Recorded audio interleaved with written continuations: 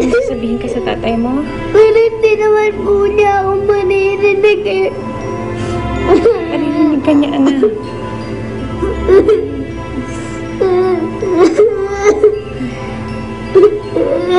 Dale. Nandito kami ngayon ng anak mo. Gusto ko lang ipaalala sa'yo na nangako ka sa akin na hindi mo kami iiwan. Na hindi mo iiwan si Ninyo. Sinama ko si Ninyo ngayon dito dahil may gusto siyang sabihin sa'yo. Tay, miss ko na po kayo.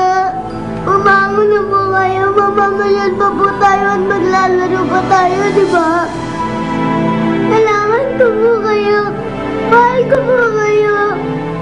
Tay! Tay!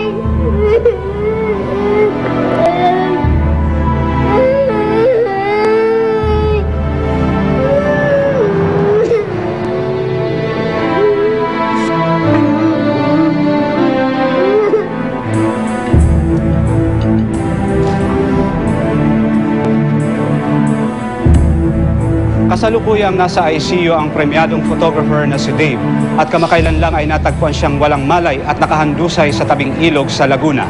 Pinaniniwalaang siya ay binugbog ng isang nagngangalang Lester Lumibay at hindi pa tiyak kung ano ang motibo ng suspect.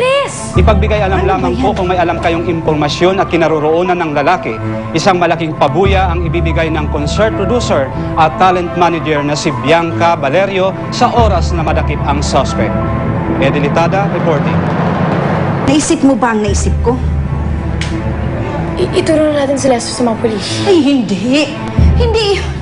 Paano pag kumanta yun, ha? Di patay tayo.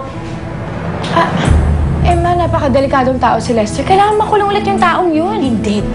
Hindi niya tayo sasaktan kasi kakampi pa natin siya. Isa pa, kailangan pa natin siya. Ang sinasabi ko, kailangan puntahan natin si Bianca.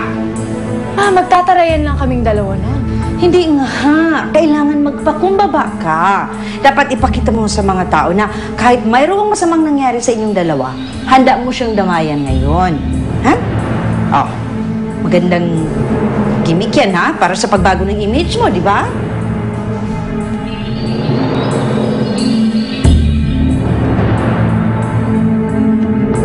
Don't worry, tita. Ako na po ang bahala kay Dave. Have a safe trip.